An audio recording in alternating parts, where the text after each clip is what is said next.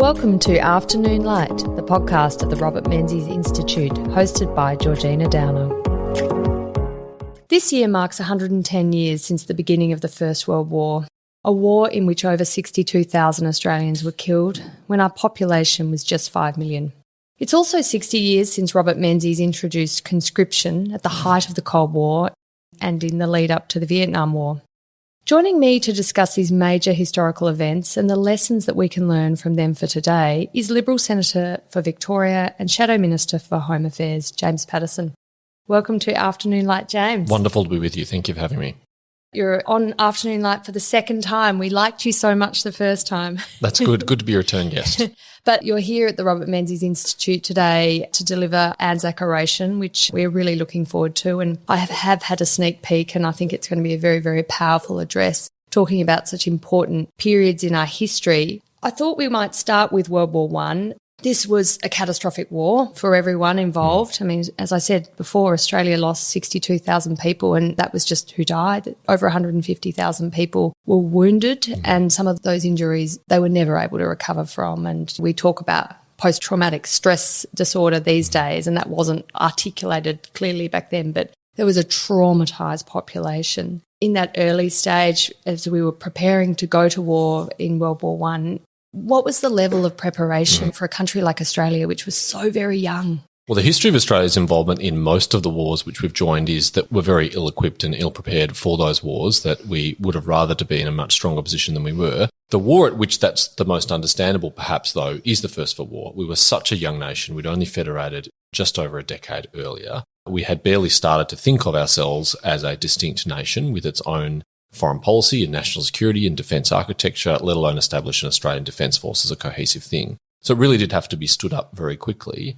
But the attitude of the time was that we were part of the empire. And if Britain was at war, we were at war. And there was not a lot of debate about that, understandably. We felt like it was something which meant something for us, even though it was such a long way away, because of the very strong familial ties and the very strong institutional ties at the time. Yeah, it's interesting reflecting on the nature of our population back then. We considered ourselves British subjects, although we were Australians, and about 80 to 90% of the population was actually Australian born. So while there were, of course, those ties of kinship and with Britain, and it wasn't actually in reality often, you didn't necessarily have an experience of Britain, a personal experience, because travel was so difficult. So it was almost just an idea, wasn't it?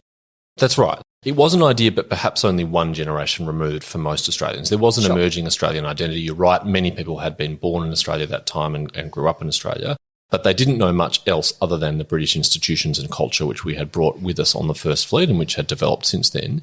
And this obviously was a pivotal event in further developing that distinctive Australian identity. The Anzac legend and the myth of the Anzacs is a pivotal moment in us understanding of ourselves as Australians uniquely from our British, our forefathers.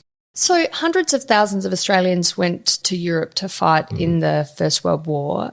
How was that managed?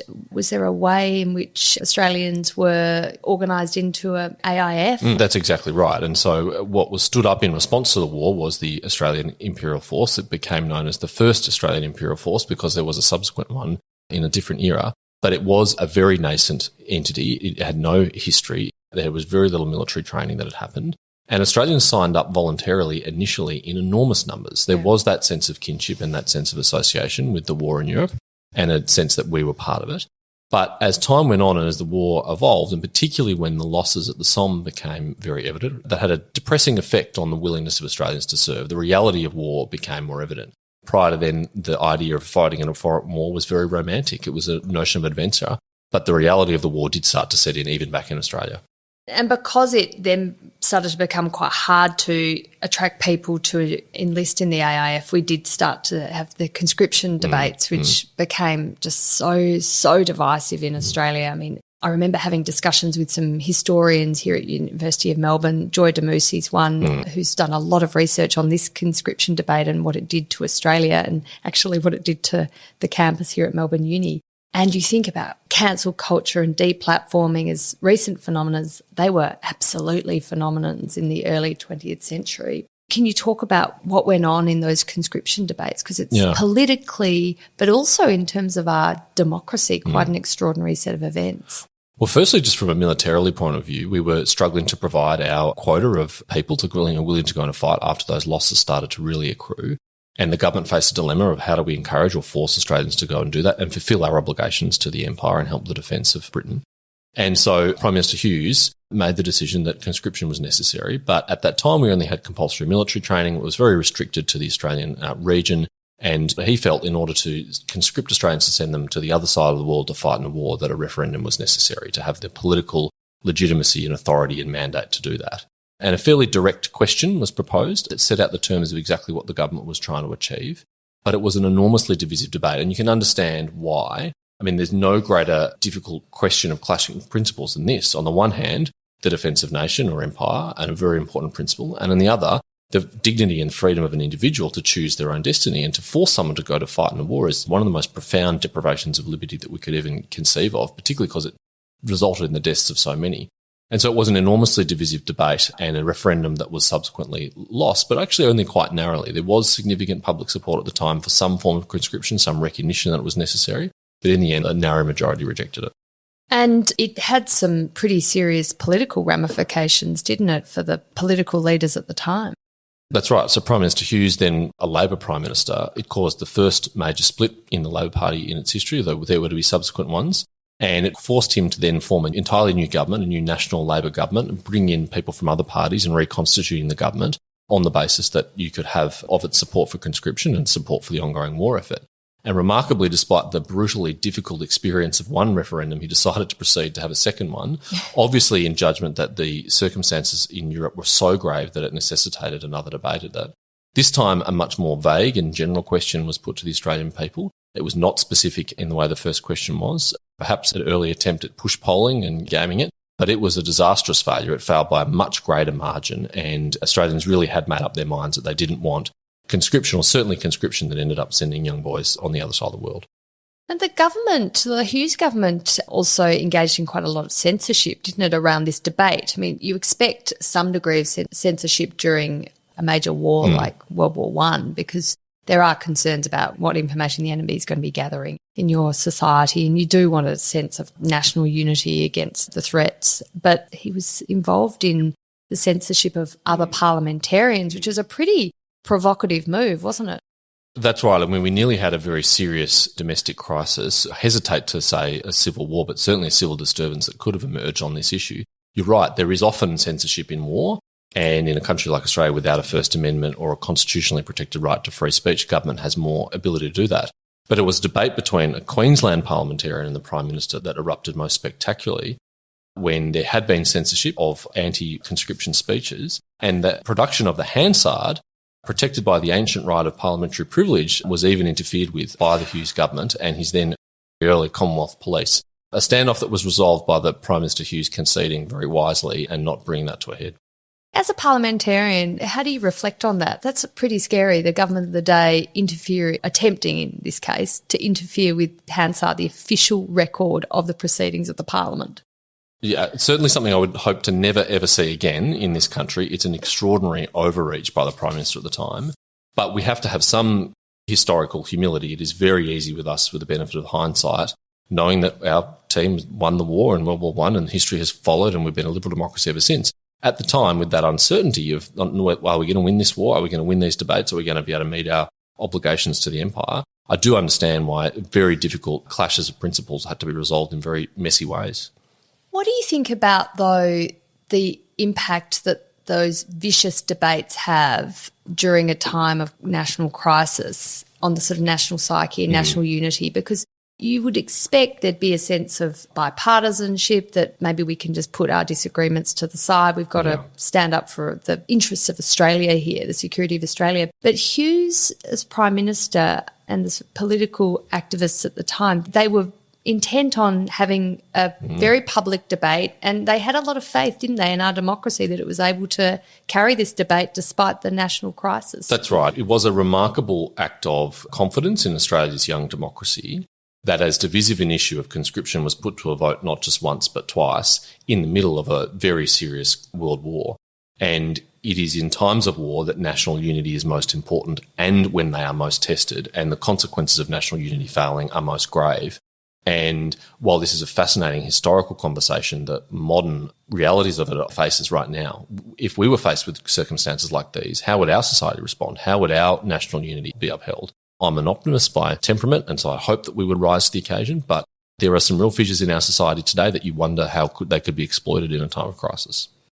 Indeed, indeed. The other anniversary we're observing this year is the 60th anniversary of Robert Menzies' introduction of conscription in 1964. It's commonly thought that this is for the Vietnam War, although it's actually just in the lead up to the Vietnam War. There was a lot of concern about rising geopolitical tensions and that Australia really was unprepared at the time. What, in your view, Menzies had been in favour of conscription as a student at Melbourne University in the First World War. He kind of grapples with it as a liberal, and I think as you would grapple yourself as a classical liberal. But can you talk me through his thought processes in 1964? I mean, we forget how scary things were. That's We right. had, Cuban Missile Crisis. You had a lot of hugely serious tensions going on in the world at the time. Yeah, you're right. That broader context is absolutely essential. We know conscription was used in Vietnam, but that was only one of the possible contexts for it at the time. There was very serious conflict between Indonesia and Malaysia. It looked like there could potentially be a war. Australia would have had obligations to Malaysia in those circumstances, also as a British colony. And it was conceivable, although thankfully never occurred, that Australia would find itself war with our nearest neighbour and a very populous neighbour. And so that was the context in which Menzies was considering this, as well as Vietnam, Cuban Missile Crisis and other things. So he felt then in that era that it was the gravest threat to Australia's national security and its territorial integrity since the end of the war in the Pacific, where Imperial Japan obviously imposed that great risk. And he felt, even as a liberal, that the survival of the nation state was a higher order principle than just the freedom of the individual. And that's a really difficult call to make. I think I would fall today on the side of the free individual. I don't want to see anyone forced to defend their nation against their will, but I sure hope that we have enough volunteers to sign up so that we never have to contemplate something like that again. And we've got some difficult policy choices to make today to prevent us from ever having to rely on something so extreme as that. It's interesting, in 1964, initially the public was quite in favour of this policy, wasn't it? That's right. And I think the public was really gripped by the fever of the Cold War at that time. There'd been a whole series of disturbing events in the lead up to that, including the Royal Commission into Espionage, including the formation of ASIO and its successful operations, but the acknowledgement that Australia had been penetrated by Soviet spies, that we were vulnerable to global communism, and it was a existential and ideological battle at the time, which many in the West feared that we could lose. There was real pessimism in the 60s and then on to the 70s about our ability to prevail. And again, with the comfort of history, we can look back and say, well, it was all fine and we survived, but they didn't know that at the time. And perhaps because of the stands that they took in Korea and Vietnam and elsewhere, history was different. It's interesting when you look back at those Cold War military confrontations. I mean, the Vietnam War, of course, and Korean War, but there are actually a lot of sort of lower level commitments that the Menzies government made, Confrontasi, Milan Emergency and the like. And it's looking at the statecraft that was involved and the small commitments that were able to diffuse situations that could have become a full-blown, really, really serious war. That they don't write history books, those things. But actually, we are the beneficiaries of statecraft and careful planning and strategy. That's right. But we kind of are complacent about those events. Exactly right. And let's remember, this is not only after the fall of Singapore, which shattered Australians' faith in Britain's ability to defend us, but also after the Suez Crisis, which really marked the end of the global British Empire. And the United States was stepping up and playing a greater role, and we had secured and ratified ANZUS, and it was a treaty. But we all, at that time, had the memory of the United States very reluctantly and very lately entering into World War II, and only after they were attacked at Pearl Harbor by Japan. And so for Australians at that time, the world must have felt like quite a dangerous place. We couldn't have been certain to rely on the United States. We'd discovered that we couldn't rely on Great Britain. What did the world mean for us? And there were terrible choices that they faced. The conscription that was introduced in 1964 obviously led to, as the Vietnam War unfolded, the birthday ballot, which meant that Australians were forced to go and fight in the Vietnam War. And then you had massive protests here in Australia, I mean, on university campuses through the late 60s, early 70s against the Vietnam War. I mean, someone's described it as the cause of the greatest social and political dissent in Australia since the conscription referendums in the First World War. But the debates back then were hugely violent. Yeah. and society was massively divided. What do you think the legacy of those debates are for us today? Well, apart from the abrogation of individual liberty that conscription represents, one of the reasons why I'm so keen that we never return to that as a band-aid option today is because of the damage that it did to national unity and social cohesion. I mean, on those 3 occasions in the 20th century, we tested the bonds of Australian mateship and identity more than we ever should and ever would want to again. And it nearly came to breaking point. As you say, it was very violent, it was very divisive, it had a huge, profound political implications as well as social implications. And so that does impose quite a burden, I think, on modern political leaders. We should never want to go back to that. We should never want to test that again. Particularly would not want to test that in an age of social media, foreign interference, cyber-enabled espionage. They would be debates which foreign authoritarian powers would love to be able to weaken us through and divide us through. And so what does that mean we have to do? Well, we have to make sure that recruitment and retention crisis that the ADF is facing right now is solved, that we make it attractive to sign up on a voluntary basis so people want to serve their country. We have to make it easier and more flexible to serve in the military. It has been too hard for too long. It has had too big an impact on families. And we have to find, again, the inspiration for future generations to defend our nation, about what is good about our nation, about why it's worth defending. And if we don't inculcate that sense of patriotism and that love of service and that willingness to sacrifice, then I think we are going to face these shortfalls in recruitment and capability that we need to secure our freedom in this very contested era. Do you think in the modern day people don't really believe that it could happen to us again? I do. I think we do have a pervasive set of complacency, and people are only very reluctantly and recently being shaken out of that complacency. I mean, when you have someone as mild-mannered and measured as Sir Angus Houston, a former Chief of Defence, who's in his 70s now, and he says, following conducting the Defence Strategic Review and seeing all the intelligence that's available to government, that in his view, this is the most dangerous time in Australia's history, that it's more dangerous than 1983, where the Soviet Union and the United States nearly went to war. It's more dangerous than the Cuban Missile Crisis. It's more dangerous than Vietnam or Korea. You have to go back to World War II and Imperial Japan to find a set of strategic circumstances that are as dangerous as they are today. And political leaders have a real obligation to share that message with the public in plain language that they understand and can relate to, because I fear we may have to ask them to make a sacrifice in the foreseeable future. And they will rightly be very angry with us if we haven't taken them along with us on that journey.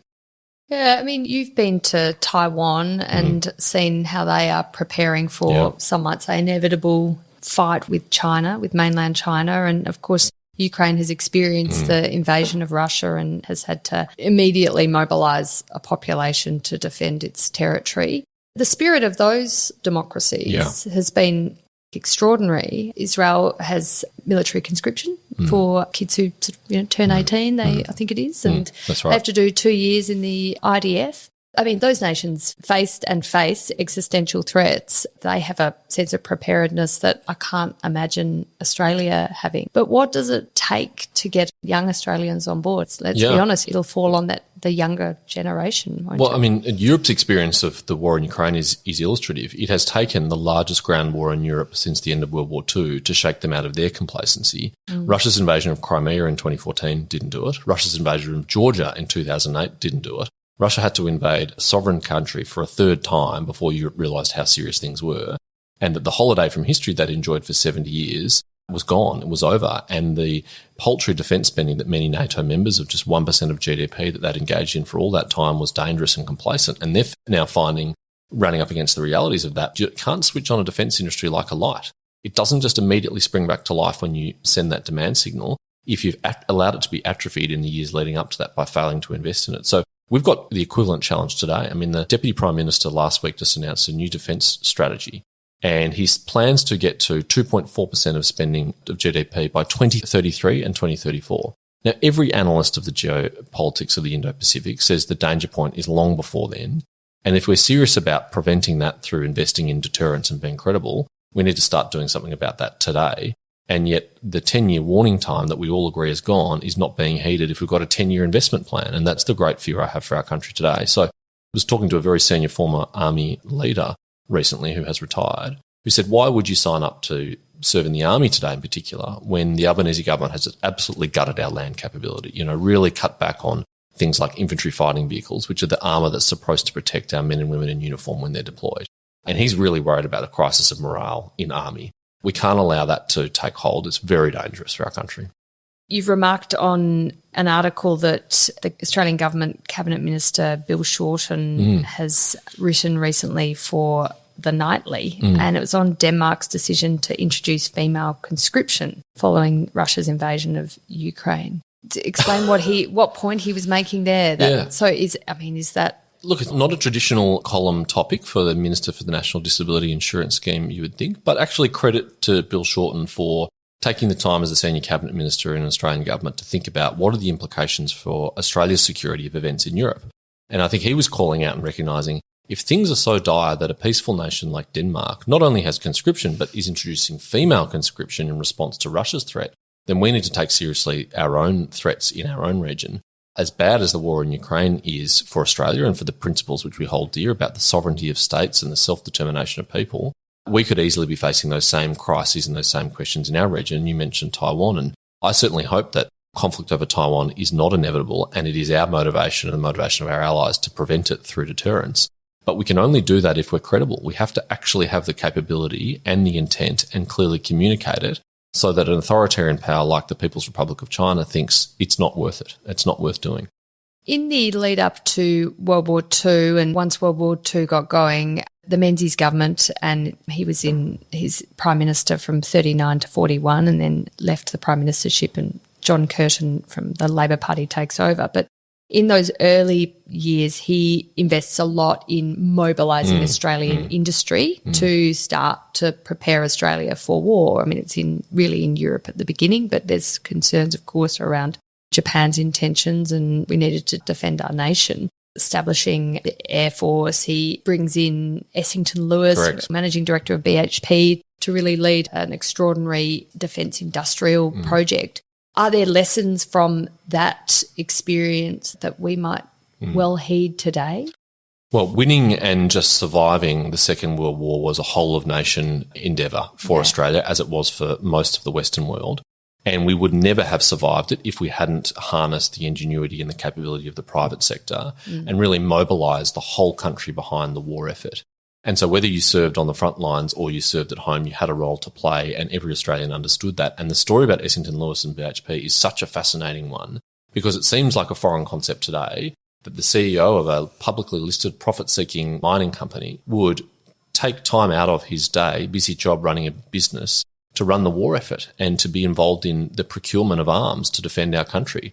But we would not have won the war if we didn't have people like that willing to serve like that. And I think it's an important reflection for business leaders today to think, what is the contribution I could make if Australia ever faces those circumstances again? How can I lead and how can I contribute? And for governments to think, how can we harness the private sector? We have a very vibrant defence industry and we have a very healthy technology ecosystem. We're going to have to really not just harness those and draw on those, but much more broadly in our private sector, in our economy, if we are to step up to the challenges that we face. It is concerning, though, the capacity of not just our defence industry, say, to support allies and friends who are facing security crises, say, for example, like Ukraine and potentially Taiwan in the future. You look at the ability of Europe to support Ukraine and, and then what the support Russia, for example, has received from its allies like North Korea. How did we get to a situation where the European defence industrial complex and even the United States defence industrial complex is being put to shame by North Korea? Well, that's right. The most depressing statistic out of the Ukraine conflict of many is that North Korea has provided more artillery shells to Russia than all of Europe has provided to Ukraine. A hermit kingdom with a totally sclerotic economy and no international trade can produce more shells than the 450 million people of Europe who represent that industrial might of that continent. That is just such a lesson about how the ongoing neglect of your defence industry and your industrial capacity is really dangerous. And it's not a mistake I want to see our country made. But right now, we have spent the best part of 4 to 5 years talking about how one day we'll make guided weapons, missiles, here in Australia, and very little progress has been made in that time. All that has been done is we've down-selected the tenderers who are going to be involved in that. This is years after the Australian government announced an intention to do so. We are just lacking a sense of urgency. There is too much business as usual. And if we're ever going to be able to provide the arms that we need, the munitions that we need to defend ourselves, we're going to need some sovereign capability. And unless we get our act together, it's going to arrive far too late. But why no sense of urgency when the advice from, as you say, is it Chief Defence Force and intelligence agencies is so dire? It just seems to defy belief, doesn't it? It does. For me, it does. And I just think there is too much business as usual attitude, which is either by a complacency that this thing is not going to happen, or if it does happen, Australia won't have much of a role to play. And the reality is that might not be up to us, that it might be forced upon us. This might not be something that we get to sit back and make an easy choice about. It might be something that we're part of, whether we like it or not. And so it is, in my view, a massive dereliction of our duty to future generations to not do everything we can to prepare and everything we can to prevent it.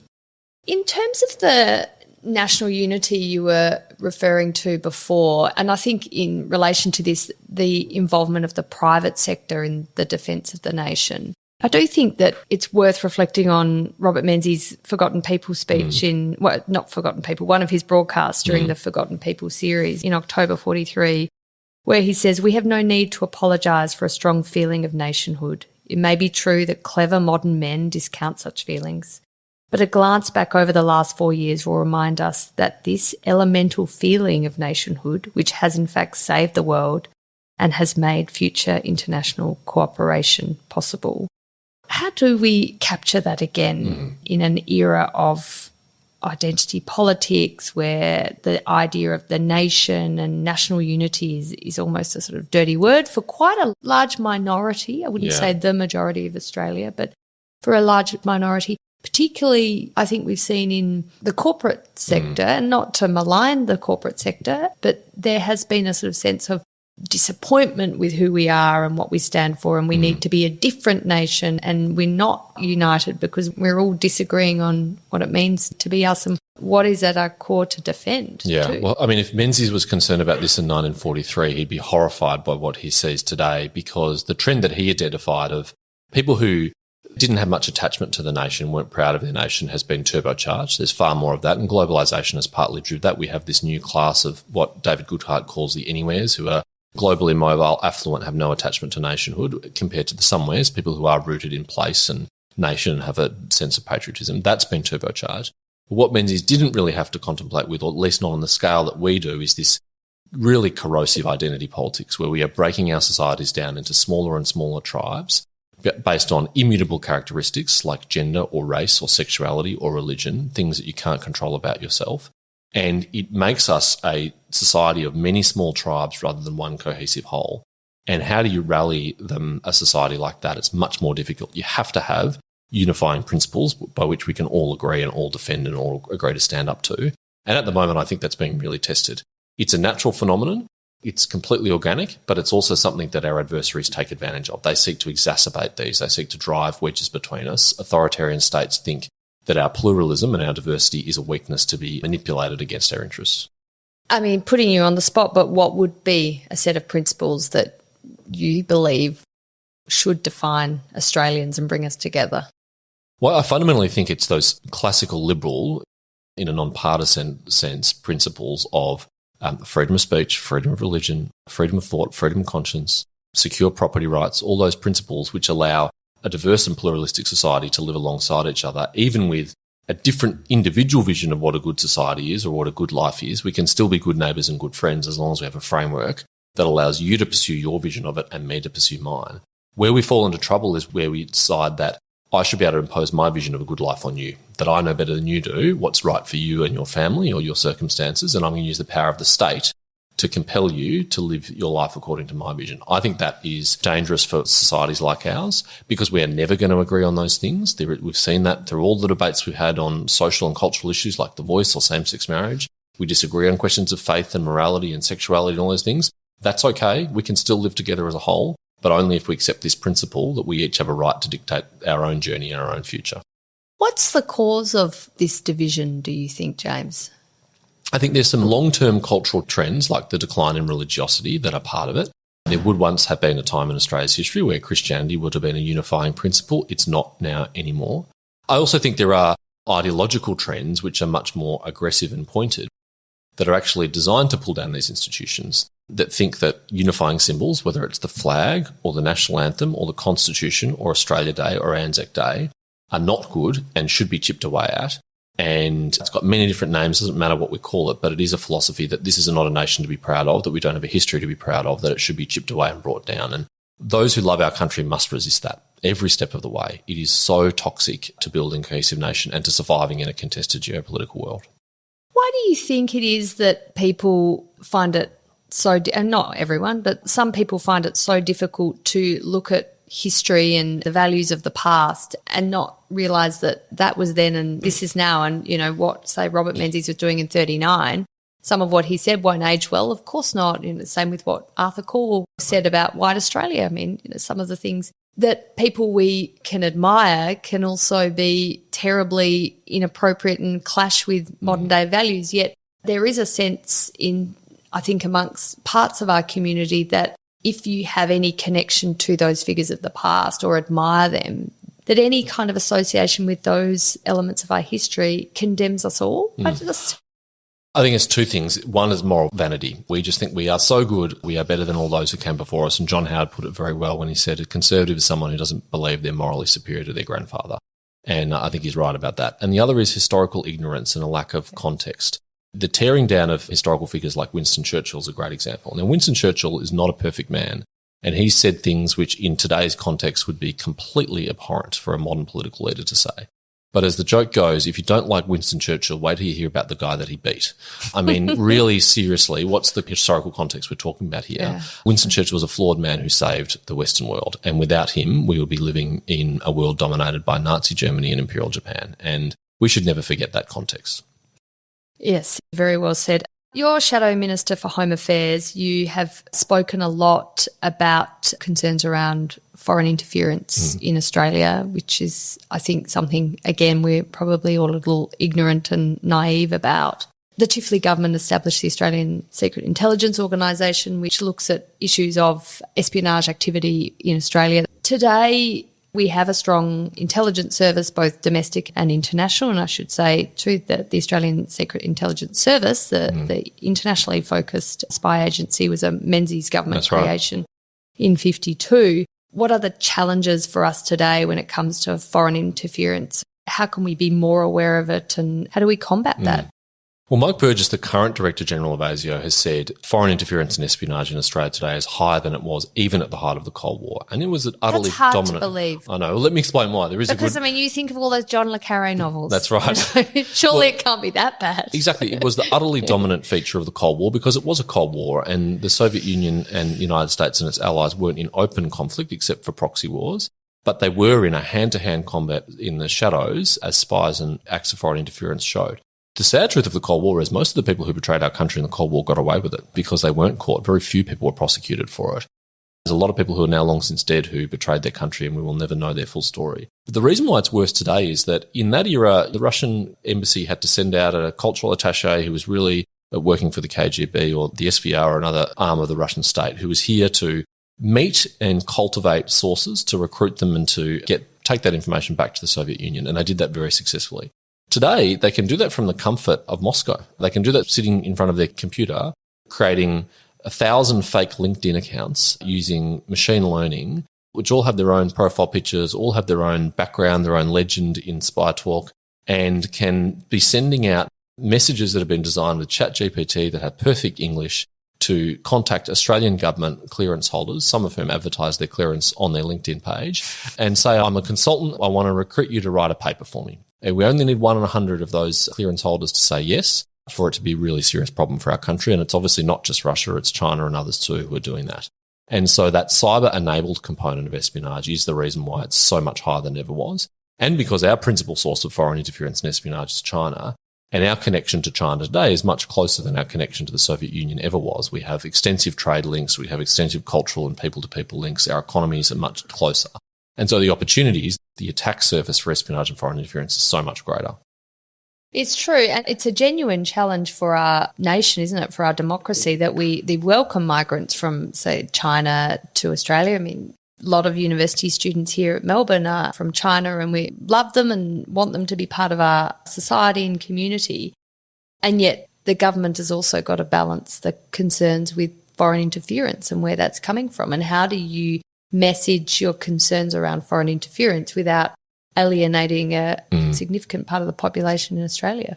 Well, and the vast majority of those students are here for completely genuine, sincere and innocent reasons, but all of them are also subject to the coercion and the intimidation of the Chinese state. And we know because of a Human Rights Watch report, which was provided to the Intelligence Committee as a part of an inquiry we did into higher education, that those students are put under pressure and feel under pressure to report on each other back to Beijing and coerced by Beijing to do things against Australia's national interests while we're here.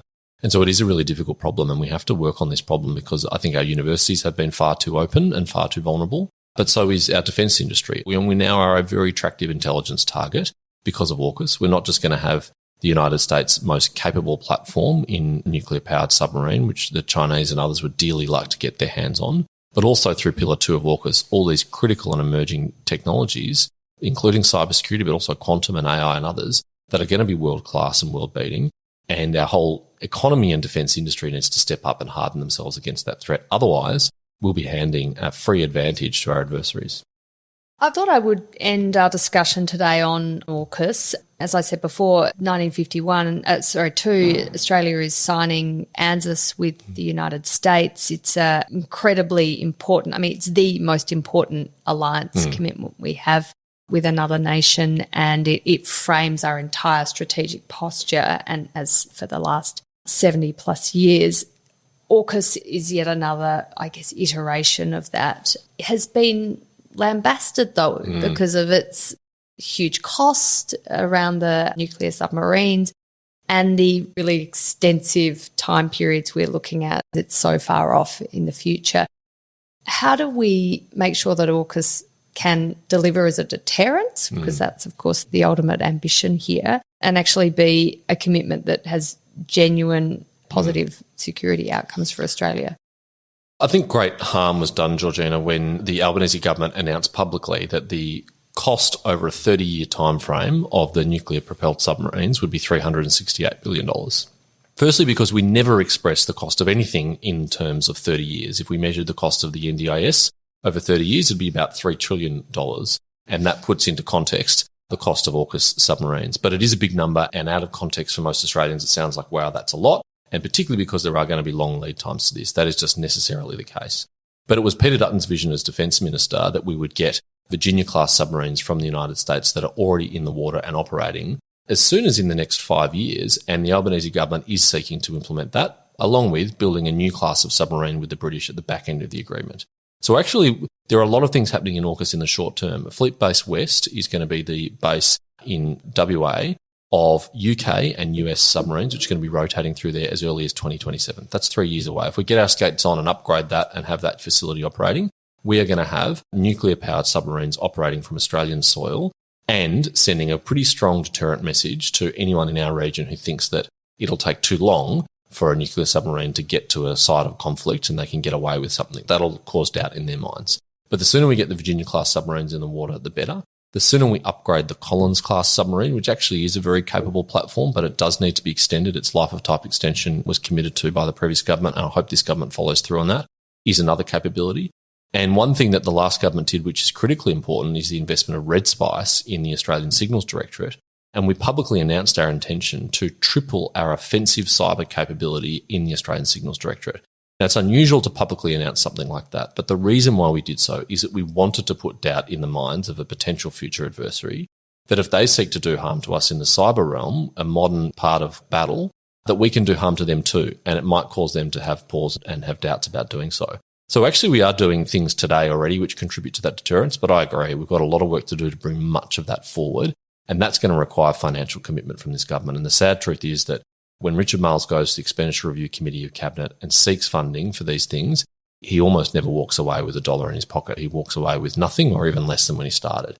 And until this government takes a more serious attitude to the urgent defence needs we have and is willing to spend the money now in this budget cycle, we're going to continue to have this challenge. Linked to this in some respects is the debate over nuclear. And it's a debate when you think about foreign interference in our public discourse and then also the problems with our social media platforms, which are massive. How does that debate unfold in Australia? Are we going to be mature enough to get to an outcome where we can have a domestic nuclear industry? I mean, not least for energy, but industry that supports the development of nuclear submarines, for example, in Australia, or is it just going to be too difficult? Well, it's bipartisan Australian policy right now that we should have what is effectively a small modular reactor go on a vessel that can go hundreds of metres under the sea with dozens of people on board, can circumnavigate the globe for months on end, and can launch a precision-guided missile at a target. Now, if Australia is capable of building that, running that and fielding that safely, having those in our harbours, then I think we can probably get a small modular reactor on the ground plugged into our electricity network to provide zero emissions, reliable, affordable baseload energy. And so I think the Australian public has moved along a long way in the last few years on this debate. I think it would have been harder to try, as John Howard flirted with in 2006, 2007, and other governments have looked at. But now we've crossed that threshold into accepting we're going to have nuclear power of some kind. We've already had nuclear medicine, and we've had nuclear mining for a long time. The only component we don't have is a civil nuclear industry. And when of the G20 nations, almost all of them either have it or are moving towards it, Australia starts to look like a real outlier. And I think people are up for that conversation, particularly young people. All the evidence shows that the people most open to nuclear power in Australia are young Australians because they understand it's being used around the world. They understand it's emissions free. They understand it's reliable. And it is modern technology, which is evolved so much from the Cold War era images that some previous generations are kind of weighed down by. And it will be those Cold War images, I'm sure, that will populate a scare campaign run by probably, let's be honest, the boomers. There will be boomers who are very passionately anti-nuclear. They want absolutely no nuclear energy in the world. And some of those images could be quite potent, especially if you have a foreign actor supporting some sort of campaign in Australia. I mean, we can speculate, but this will be, I think, a really, really big challenge for our democracy to get through this debate. I agree with you. And there is a group of people who say we can't have nuclear power today because of Chernobyl, which is obviously such a ridiculous thing. I mean, nuclear technology has evolved generations and generations since then. The Soviet Union, when they built Chernobyl, were also building Aeroflot planes that fell out of the sky all the time. But no one refused to get on an Airbus today because the Soviet Union couldn't build them in the 1960s and 70s. What we would build in Australia today would not look anything like Chernobyl. And we're a stable, safe, well-regulated country. It was secure geography. It is a totally different world that we'd be entering into. And I think most Australians are up for that rational adult conversation. Well, Senator Paterson, thank you so much for joining me once again on Afternoon Light. It's been an absolute delight, and I'm very much looking forward to your oration this evening. Thank you.